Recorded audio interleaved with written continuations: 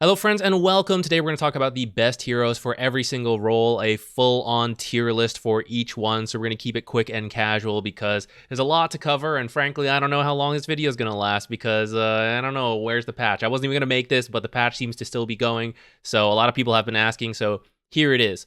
I do want to note here at the start, this is mostly for the professional scene. These are the heroes that I think the pros play the best, and in their pubs as well. So this is still true for your games, but some of them may perform better or worse in the pubs. And as all tier lists go, you could probably move things around, but I feel relatively okay with the heroes that I have where they are, especially the S and the A tier heroes. So hard support and soft support, not going to cover too much because the tier list videos I made for them are still very much true, just shifted around a little bit. Many of these heroes are just very solid in their own way, and at the professional scene, many of them play both roles. So for example, Lion, Techies, Venge, Grimstroke, Nature's Pugna, Bat, a lot of them you saw in the position 5 tier list here, and now this is the position 4 tier list. It's just very valuable at a pro level because you can pick that hero in your first phase or your next your second pick where you're only picking one, and you don't reveal too much to the enemy team, but it's still yeah, this could go one lane, the other lane, ooh, you don't know, we don't know either yet until you pick things, right? So they're just very good supports that do their job and combine a lot with a lot of the other cores. So I'm not going to spend too much time on supports for the reason I just said, and so we can spend more time on the core tier list, which I don't really talk about usually, and that's what I keep getting questions on, so I want to answer as many as I can here. So let's start with the offlane tier list. For all the core roles, keep a couple items in mind. So we have Veil into Shivas, we have Mage Slayer, Diffusal into Disperser. These items really defined this current patch and still do until it changes. Many of the heroes you're about to see build one or more of these items, and it synergizes really well with their toolkit. So for example, Doom, I would say, is one of the best offlaners right now. His new build is going for phase boot Veil, and then some people get Midas to be greedy, some get a Blink, some just go straight Shivas after that. I personally prefer the Blink and the Shivas to be more active. They're maxing W now, Scorched Earth instead of Devour, and so they're just playing really aggressively, and it makes their W damage really powerful, and it makes their ultimate very powerful. Doom, prevents all healing, good versus several heroes that are popular right now, as well as just killing people because you can no longer be denied in Doom. You amplify it with the Veil or the Shivas. Gives him a lot of armor, which he used to be lacking, and now he's just this very tanky guy who just goes around. So he's been very, very popular. You'll see him banned in almost every pro match or picked if he does slip through. Someone who's banned less often and then is picked very frequently is Mars. Just offers a lot. Can build Mage Slayer, Vlad's. I didn't mention Vlad's, but Vlad's is another really good item right now. So it feels like that, along with many neutral matchups, has made Mars very good. You'll see a lot of the pro teams value Mars. Many of them play him very well. Centaur is very good, though I think dropping off. For a while, it was Doom and Centaur at the top, and now it feels like Mars has kind of taken his place. Maybe Timbersaw, but Timbersaw flexes in the mid lane too. So I'd say Timbersaw is more frequently banned than either Centaur, Mars, or any of these other heroes, but that it's not strictly because he's an offlaner that's super broken. He's also a mid, and he just counters a lot of matchups. So Centaur, I think, is also very solid. You can pick into a lot of things. Also going Shivas, phase boot Veil into either Blink or Shivas, and then other items if you want. It's just really powerful. Got a lot of nuke damage on his Q and his W. People are skipping Retaliate. Just max Q, max W, pump that damage up with the Veil, and you're just nuking people. It's kind of crazy. You're just walking up. You don't even have to get a Blink necessarily because you can just stampede in. So seeing a lot of that, it just fits quite a lot of heroes, right? And if we go back to the supports, keep these melee Veil Shiva builders in mind, right? Magnus doesn't really do it. Tidehunter can sometimes do it. Timbersaw does it, right? Keep those in mind as we look back at the position 4 support, so the people playing position 4, right? So you got Line, you got double stuns to use on people, or he could mana drain his offlaners to give them mana to keep going, Hoodwink, lots of damage and the stun, Techies, lots of follow-up damage, Mines to combo with that, Pugna, mana drain into these guys, Decrepify to boost it, Grimstroke, Inkswell, fantastic, right? You're seeing a lot of these heroes who benefit from the offlaners who are building the Veil and the Shivas, and then their own damage is made easier, or their stuns are easier to land because the offlaners have the stuns, or you're just like enabling them in some way. So that's kind of why like many of these position 4s are good, and in the same way, many position 5s who have to play against that are very strong laners. Or they have like stuns to stop people from just walking in and doing that to you, right? Like just nuking you. They're like, stop, please, stun, right? And then run away. Other strong like laners or like lots of heal, stuff like that. Good versus the like the high healing of some of these tanky heroes. That Phoenix, even though like Blade Mail Heart meta died out, several of these heroes you see are quite tanky. So Phoenix has kind of gotten popular again. So yeah, that's like one archetype. Tide is like a Mage Slayer / Vlad's builder as well. All around solid. Usually after like some of these other heroes are banned. Magnus has been popular with some teams. Just like this, RP Skewer. You guys, you can nerf and change this hero, but it's like nerf, like it always comes back to that. Dragonite is a new one since I think in the earlier parts of the patch, many people were sleeping on Dragonite, myself included. But lately, there's a Mage Slayer build where you go like maybe some bracers, treads, Mage Slayer or Blink, potentially skipping the Blink, but frequently the Mage Slayer, and then Manta Aghanims. And it's just super annoying. You are so tanky to physical and magical damage. You are reducing everyone's damage. Your Q reduces attack damage. Now your auto attacks reduce spell damage thanks to the Mage Slayer. Your ultimate is shared by the Manta Illusion, so you just send them off to rat and like siege things. It has become very popular as a core in all 3 roles. So mid, offlane, and even carry. Like people are doing carry Dragonite. So he has shot up a lot. Not because I think like if you do a 1-to-1 comparison between other cores in each role, like he wouldn't be the best, but he is very good in every single role, in every single core role, which adds a ton of flex value to Dragonite, along with the fact that he does beat like some of the popular heroes, not so much offlane heroes, but later when we get to like the mid matchups, he does have some like good counter picks there. So Dragonite has shot up a lot.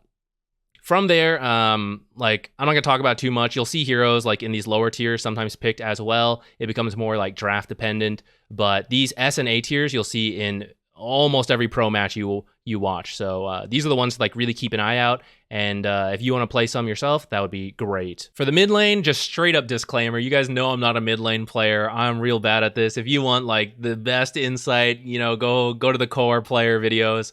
But from my perspective, here's my tier list of the highest level Dota. S tier, like Meepo, I actually think he's better in the carry role, but frankly, if you just have a good Meepo player, he is just so insane right now with Aghanim's Disperser, Aghanims and Shard being counters to many of the classic counters to Meepo, because now, like Sven and Echo Slam and like Winter's Curse, they're counters to all the Meepos. They're like, well, now there's one Meepo, he's a mega Meepo, right? Stuff like that just makes it really difficult. And if you have a really good Meepo player on your team, he just feels like something you always have to think about. And you will see like the pro teams like, I just don't want to deal with Meepo. Just ban it out. It doesn't even look like a good Meepo ban. We have 4 counters. Like just ban it out. We don't want to get Meepo'd in this level, right? So he's just a very overtuned hero in my opinion. Or like maybe the items are overtuned. I don't know exactly what it is. He just feels way too strong.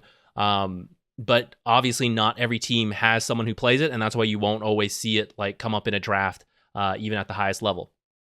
Ember Spirit was my number 1 S tier hero.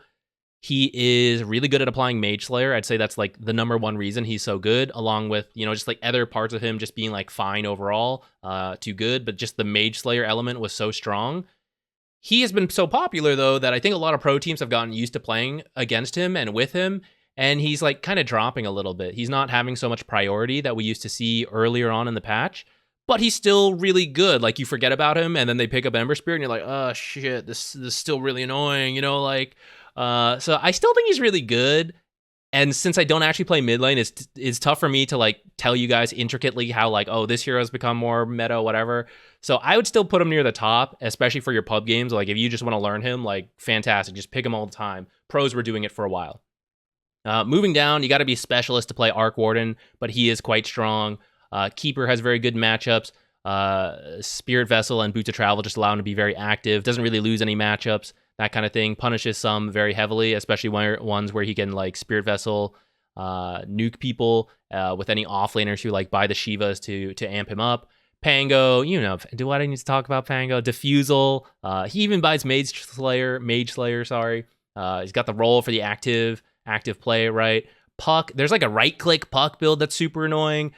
Decent laner, has the coil, all that stuff, the good stuff. Then eventually makes his way to like Ag, Shard, sometimes Parasma, like just general right-click items, Maelstrom, and it's really tough to deal with. He just jumps in and like nukes your supports, and they can't run away or they die to coil, and they're just getting right-clicked. They're like dying there. It's really it's me. I'm the one who's dying there. It's really annoying. So Puck is really good right now. DK, very good versus Puck. We already talked about DK in that offlane video. These are some of like his good matchups, right? Like he's good versus Ember, good versus Puck. So that's kind of why teams feel comfortable picking him early, and you kind of like preemptively deny the enemy teams from picking these heroes, or already feel good about that. And then if they like pick someone good against Dragonite, you're like, ha ha ha, he's an offlaner, he's a carry, like, oh, you don't know. So that's why he's like up here. Same build, same exact build for all the roles. The Mage Slayer, Manta, Aghanims. It's just very annoying. Sometimes a Blink, depending how active he needs to be. But yeah, really good. Timbersaw, Veil, Shivas, we already talked about in the off lane. Also good in the mid lane. Yeah, we just talked about that. The other heroes here, they're good in the right games. You'll still see these heroes picked, maybe a little less frequently, and it kind of needs like some stuff in the draft, right? Like, oh, these heroes have all been banned out. We still need someone to catch, so grab Storm Spirit, you know, that kind of thing. And then like sometimes you'll see like, you know, say Ember gets picked, right? Monkey King, pretty good against Ember. Viper, Huskar, right? And that's when you'll see these heroes picked pretty quickly as a response sometimes. Not necessarily because they're S tier, but because they're like really good counters to these heroes. So you'll still see a lot of these. I don't actually know if Void Spirit should go up here. Many people still think he's bad, but I've been seeing him picked up as a response to Puck, and it seems to be working. So maybe he's going up as well. You don't see very many heroes from the C tier or D tier or lower. All right, time for the safe lane heroes. So Meepo, we talked about earlier, is the exact same stuff from the safe lane. Faceless Void feels pretty good right now. Probably the best hero, or like carry hero. If you look at many of the popular offlaners, there's a lot of nuke damage here, and then he just time walks it off. A lot of like backline supports we talked about earlier that don't want to be like jumped on by time walk, time dilated, chronosphere killed. Interestingly, there are a couple supports who are really good, like Vengeful Spirit. Wyvern's kind of good versus him. Pugna to like decrepify Faceless Void or his target, right? There are several supports who are good versus Faceless. Just doesn't quite feel enough, though. The Maelstrom change has been really good for him. His laning just feels solid. And then, like, as you go, you just, you know, Chronosphere. Everyone feels good about Chronosphere. Like, what's not good? Well, no one can move in Chronosphere, right? It's so good. So, he has felt pretty solid overall. Even though, like, a hero like Viper is considered quite good, but you just, like, you ban it out if you're, like, that scared of it. So, he feels like very, very safe to pick in so many games. You'll see a lot of pro teams go for him. Then we have Slark, again, going back to the offlaners. You'll see many melee heroes here who are going for Veil, Shivas, which you can just dispel. So you aren't taking more magic or spell damage and all the physical damage, right? The right clicks, you still have your ultimate, your shard. And so all these tanky heroes, you don't care. You're just like slowly stealing stacks from them, and you'll kill them eventually. He's good versus some of these other heroes in here, like Faceless Void, Wind Ranger, right? Troll with your ultimate, your shard, Luna. I mean, anyone who right-clicks does not like dealing with Slark, and that's like every carry, right? But you can see how, in particular, many of these heroes have this certain timing that they want to kill you in, like during Troll ult, during Chrono, during her Eclipse, that kind of stuff, and he's just like, hee hee hee, you can't see me. So then, like, what are you supposed to do? It's pretty annoying. So top tier hero who can also build Mage Slayer and Disperser. A tier heroes, many of them are just strong laners, or they can jungle quickly, or both, which is actually like all of them are both, right? Like Luna, mixed damage, who can deal with strong armor lanes like Tide and Timber. If she does get kicked out by like an offlane support combo that's really strong, she just jungles like perfectly fine. Morphling, same deal. They both like the Conda build potentially. They don't have to do it, but it is like something they enjoy. Morphling, the Vlad's has been really good. Troll, very strong laner, jungles pretty quickly. All of them can build Disperser if they need to.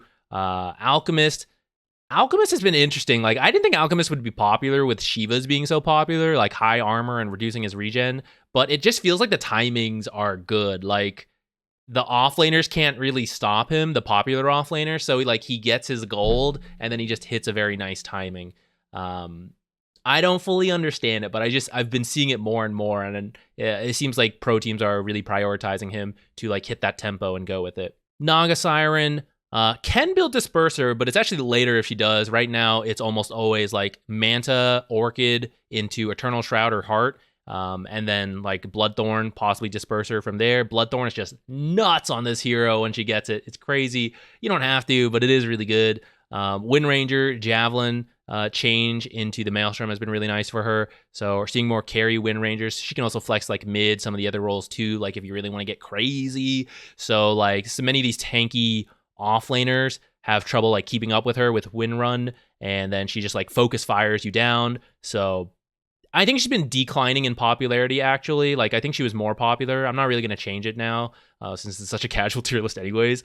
But I think she has been dropping in popularity. You will see the B tier heroes picked up, right? It just depends on the draft and how many of these carries were banned out. You don't really see the C tier or D tier very much right now. Occasionally you will. I think I saw Gyro and Medusa today.